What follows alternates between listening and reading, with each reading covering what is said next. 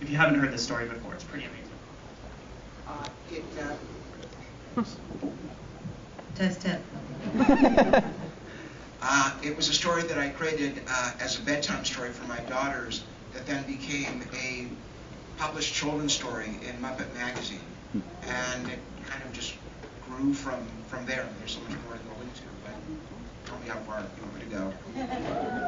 Well, when it was first presented to Disney, and at that time Jeffrey Katz ran the studio, they walked into a room, and there were a dark room, and there were witches' broomsticks hanging from the ceiling on monofilament wire, and Mary's wonderful vacuum cleaner that was hanging in the center. We had taken out the motor so it would break the ceiling. And they walked in, and my dear wife of 35 years took the kids on the block and had them decorate a Ralphsbad with black cats and witches and goblins on it. And we got 15 pounds of candy corn and spread it out on the table as if the bag had ripped. And when they walked into the room, they smelled their childhood, and proceeded to then pitch him the story. But Mick Garris was a very, very important part of this, and he's making a film back east right now, and Neil Cuthbert came in and made it that much funnier. And I've got to say, I mean, the girls themselves, and especially this one here, just brought so much comedy that was never on the page to the piece. And I just want to add one more thing, and that is that Max, my middle name is Max, and I'm very much an armchair adventurer. I'm not someone that would ever take the chances in a movie that Omri takes, but let alone Omri does in his life anyway, because he's the most adventurous guy in the world. But Max was my alter ego, and that's where all of that came from. And Hocus Pocus is known for not having traditional witches. I mean, you're used to seeing, the Wizard of Oz with the black hat and the green face and the black costume, but you guys really took this to a whole new level with, the really in-depth costumes and also the individual characters too. Yeah, that's just a thought. You can jump on it. Yeah, I mean, just coming up with those individual characters and how they were so unique and interesting, and I think that's what people love about this. Well, first it was on the page. You can play with things a lot and improvise, which they let us do. Kenny Ortega was one of the best directors I've ever worked with. He really honored whatever you had to bring and let you try anything out, and I think that was really smart of him. And so we had this great story on the page, and then once we developed our relationship between each other, that's when really the characters came out. Was when, I sort of, on set, I have been a huge, huge fan of Bette Midler my whole life, like crazy sycophant fan, like you guys. I had jumped backstage at the Hollywood Bowl and ran into her dressing room to meet her. I had gone to her apartment in New York, broke into a gate. I dressed like a bunny and gave her a singing telegram backstage at the Greek Theater. So when I got the call from Jeffrey saying, "Do you want to be in a movie called Hocus Pocus playing Bette Midler's sister?" I almost lost my head. So that was fun to develop that relationship because I was such a fan. I decided that that Mary, my character, was just in awe of her, almost like a little slave, almost. And so that really worked. But I think I like the idea that they weren't they were evil witches, but not really evil witches, because I believe in white witches and all like that, and women who were healing and stuff like that. So I really liked that we made them humanish witches and funny. That I think hit a chord with you. I'd really love to sit down with you all and talk to you about this, because I get so many tweets about Hocus Pocus every single day. Forget October, which is crazy month. But tis the season, yeah. And we also have our what I like to call somebody lost their water. What I like to call our trick-or-treaters of Hocus Pocus. And what was it like for you, Thora, and Omri, do you guys have a microphone? And Vinessa? Hello? Yeah, okay. Just being kids going to the Walt Disney Studios to work and going on this magical, enchanted set here in the Fayetteville. Well, it was an incredible set. I mean, most of it was on stage too, and the cemetery was there, the Sanderson house was there, and it was it was great for me. Honestly, I would say the most fun I ever had on a film was Hocus Pocus, and I was 10. It's my favorite holiday anyway. It still is, and it just doesn't get any better than that, really. And working with these two was amazing. Everybody also. I mean, it was just a blast, and I don't have a bad thing to say about the movie. So. I do. No, no. Halloween candy. It's a holiday about candy. What's wrong with that? For me, again, Kenny Ortega was just, this is my second movie. Thora and Omri had already done many movies before me, so I was really nervous to do this big Disney movie. And Kenny just embraced me so much and, made us, as the kids on set, always having fun. He'd always just bring us over, we'd listen to music and watch playback. He would just make us feel like we were part of the movie. And so it just, I think as a little girl, you're just, in awe of all of what he can bring to it. And I remember seeing Kathy and Bet and Sarah Jessica rehearsing the choreography with Peggy and Kenny, and just seeing that come alive, and how their movements, everything started to become this comedic, congealed unification between the Sanderson sisters. And Kenny made sure that the three of us had our own spirit as well, together. And I just think that when you have such a director that brings it together, along with all the producers who made us feel very comfortable as well, and we're just we're the producers and you're the children, it was just very a loose set, and very welcoming. And yes, stage 2 became our home for sure. Lots of dust in our mouth for many days. Sometimes when I blow my nose, a certain kind of combination of dirt, I automatically remember. Hocus Pocus. Yeah, Hocus Pocus. I'm like, oh yeah, I remember. That's like when we first walked into the house and with the cobwebs all over the place. I remember that smell. Cobwebs and the fans with the wind all in my mouth. That was lovely. But it added something nice and crunchy. But anyway. Remember the moat? The moat was real and fun. Yeah, remember? that's right. Yeah. Good job Yeah. on the set. That design was set. amazing. I mean, Beautiful it just, set. yeah, it really put us there. Yeah, And you coming out of the ground, I remember being on the the special effects, being on the ground and really moving, all that stuff was wow to me as a 16-year-old, Yeah, before CGI for the most part.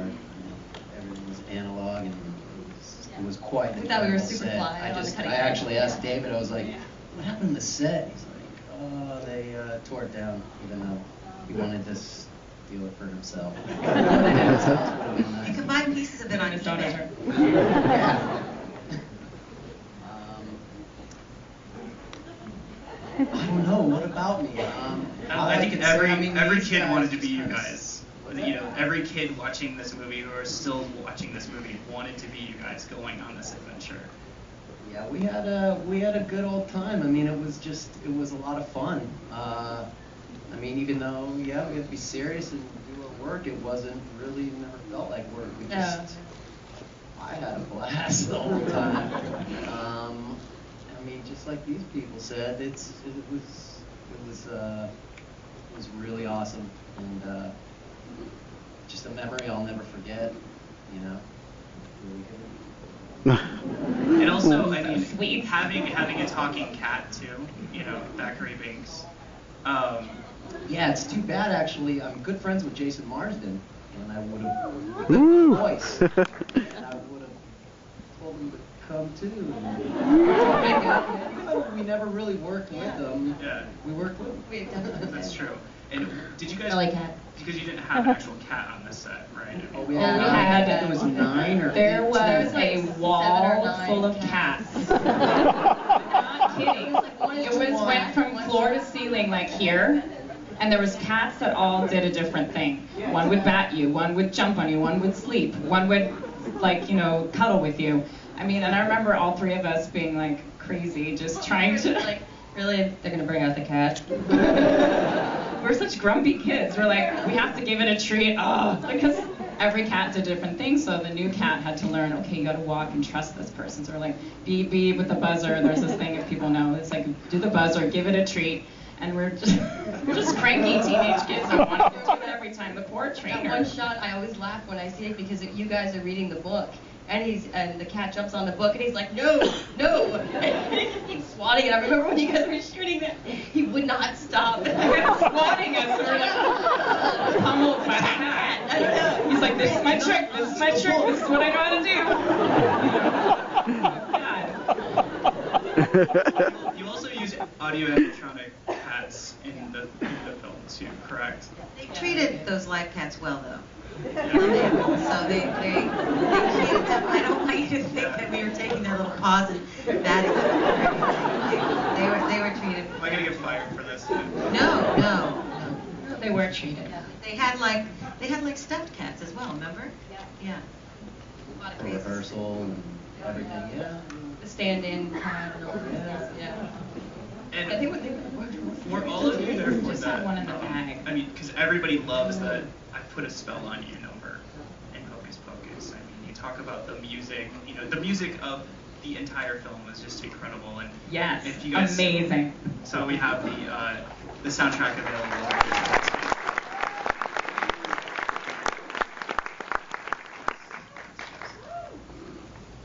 Go ahead, Sean. Well, Signaling. I'll just say that I came into this thing so late. A friend of mine, a wonderful composer, James Horner, was originally going to do this film, I think. Is that right, David? And lo and behold, he couldn't finish the job. I think he had a scheduling conflict. And I got a call one day, 2 weeks before a recording session, I think, David, or something like that. And everybody was in a bit of a panic because James had to leave. They had the orchestra booked, and everything was booked, and they needed a composer to come in and write a score and kind of unify some of the songs and things that were involved. Mark Shaman, the amazing Mark Shaman, did the I Put a Spell on You number, which was incredible. James Horner wrote the amazing Come Little Children. These were written before I came on.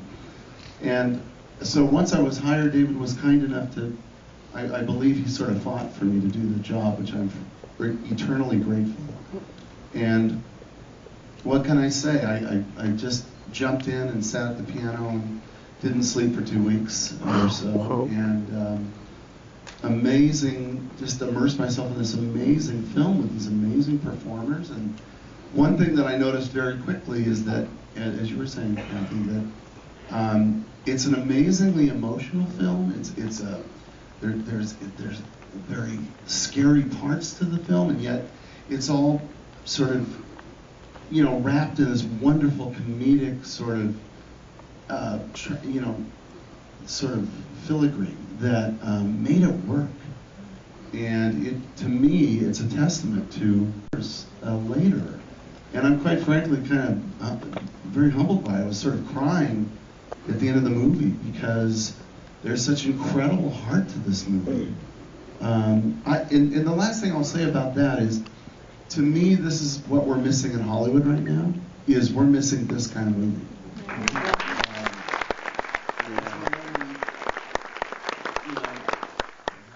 Statement that I'll regret one day. I tend to do that.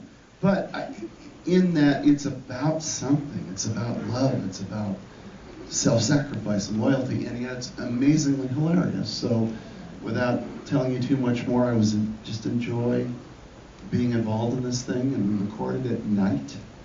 And so the musicians showed up ready to play, and from the first downbeat of the first note of the first piece of music, it was magic. And that's it. It was magic. John, we had done one other Halloween project together, and John, this was the first, I think, live-action feature that you did. Yep. I mean, he would go on to do, IMDb, and it's so impressive what he's done. It's amazing. We're from one end of the spectrum to the other. But he did a book that I loved, that I read in my 20s, called The Halloween Tree by Ray Bradbury. Mm-hmm. He did the most beautiful story.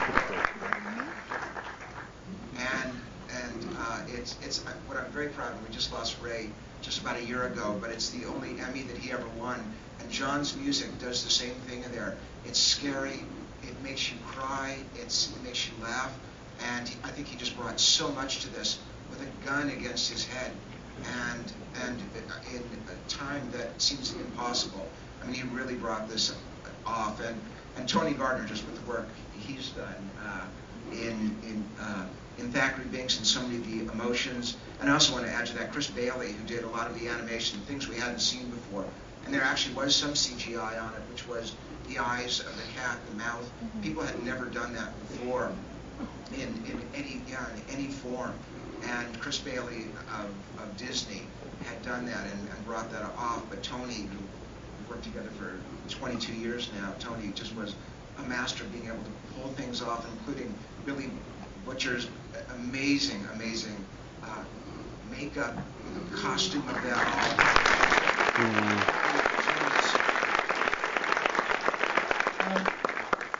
I always say that with a makeup character, makeup is only half the character. The other half of the character was Doug Jones, and you can put good makeup on a bad person, a bad performer, and it falls apart. It can work the other way around. It has to gel. And I remember when we were starting, and everybody was like, "Who's going to play this Billy Butcherson character? It's very physically demanding, and they've got to be able to emote." And there were these Mac Tonight commercials out on TV, and there was this big gangly guy with this obviously like 30-pound head on, looking like he was having the time of his life. And it's like, okay, if he can tolerate a 30-pound head, I think he'll tolerate me. And we hunted down, this was before the internet, so it took a bit of work, but we hunted down the guy that did the Mac Tonight head. He happened to have a life cast of Doug Jones in his backyard, behind his garage, out in the rain, that we took away from him. And we sculpted all of our test makeups on Doug Jones and said, Doug is the guy, Doug is the guy. And then we met Doug as the guy, and then we knew Doug was the guy. And that's where I met him, and I would work with Doug in a heartbeat. I would work with any of these people in a heartbeat, because it's so important as you get older. Speak for yourself. The people that you work with. I was just looking at Doug when I said that. I look fabulous. It's just really important that you work with people that you like, and this was a job where you liked going to work every single day. I looked for an excuse to go on that stage and hang out in that house and hang out with those people. It was literally truly magic. And when everybody says it was a little bit of Hocus Pocus, it really was, and it's part of all of us, I think, in that manner for probably the rest of our lives. This was the most fun movie I've ever worked on, honestly. And being a creature actor, like one who's known for wearing rubber on his face, to do a comedy with this much lightheartedness in it, and children, and being a good guy for once, I turned out to be good. It was nice to not have blood dripping from my fangs, and it was nice. It's a good time. It's a good time. The audition process, before I met Tony, and I actually went for an audition with Kenny Ortega, and it wasn't in a casting office, it was in a dance studio, so I knew something was different this time. And it's because Kenny coming from a choreography dance background, he very visual and very shapes and movement is all important to him. And so this character, not being able to speak until I cut my mouth open, had to speak with his body. So that audition in the dance studio was like, getting from point A to point B, wake up, and we had nothing for you to say, but Kenny put some music on a boombox and said, go. So I kind of like zombied it up, and he threw his head back and laughed, so I must have been doing something right, I don't know. But the fun little tidbit, the original script, when I finally cut my mouth open and say something for the first time, the original script had the word bitch. Yeah. That's it. Remember that? Do you remember this? And I thought, ooh, Disney movie kids. So I kind of begged for, I don't know if you remember this phone call, like came to you in the middle of the night when we were filming out in the cemetery. But I really wanted to add something to it that was more fluffy, and he has 300 years of build-up. He's got a lot to say to that wench. So I wrote that whole thing myself. And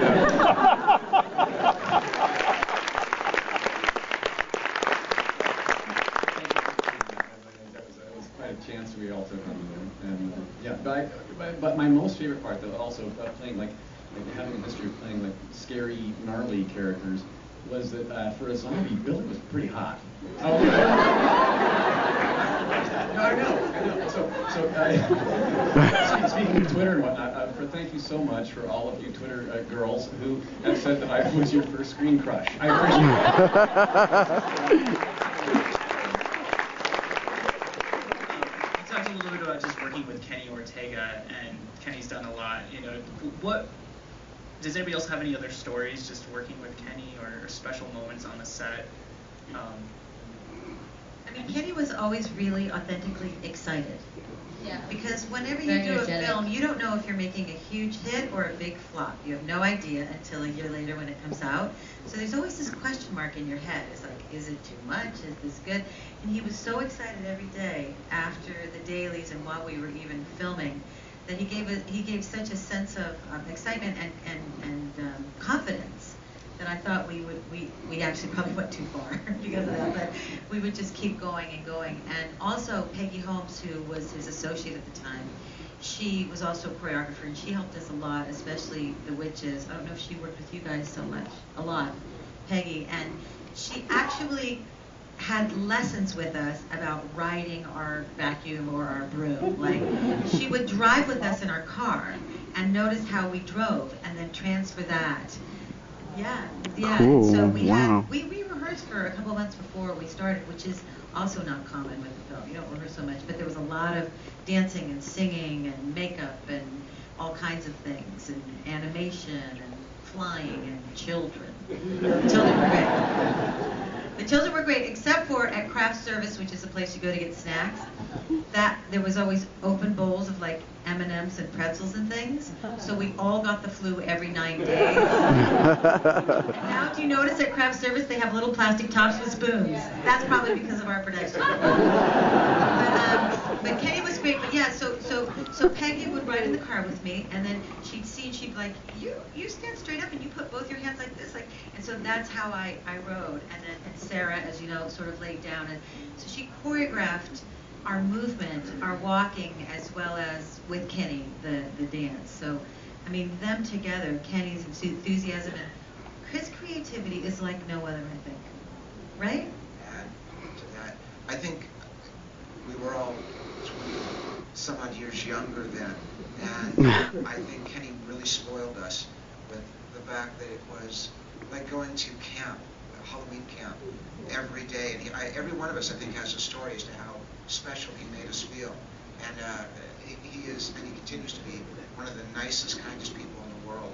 And so proud of this film, as Bet is as well. And sorry that she couldn't be here, and Sarah as well. It was magical. I mean, it really, none of us. Did you all have anything else to say about Kenny? I just wanted to add that I was convinced that he was a kid in an adult male body. Because with me, he was just always definitely energetic, but he was just always like a pal instead of like a director. And I think I probably annoyed him sometimes because I would always be like running up to him, Kenny, blah blah blah, you know. And he was great about it. You know, I never saw him stressed out or anything. And it was sometimes a stressful production, but he always kept his cool, and whenever I was around him, he was great. And I'm sure you guys had the same experience. He became a friend instead of just like a director. Yeah, I mean, that is it could be a stressful situation, you know, production, this and that, and he always kept his cool, and I fortunately got to hang out with him, like, you know, outside of the set. We went up to Mammoth and snowboarding, skiing once. He took me to meet Vince Welnick, who was the keyboardist of the Grateful Dead. We hung out for like 4 days up there. Kenny was the biggest kid, and yeah, just great. He's still alive. Great guy. Yeah.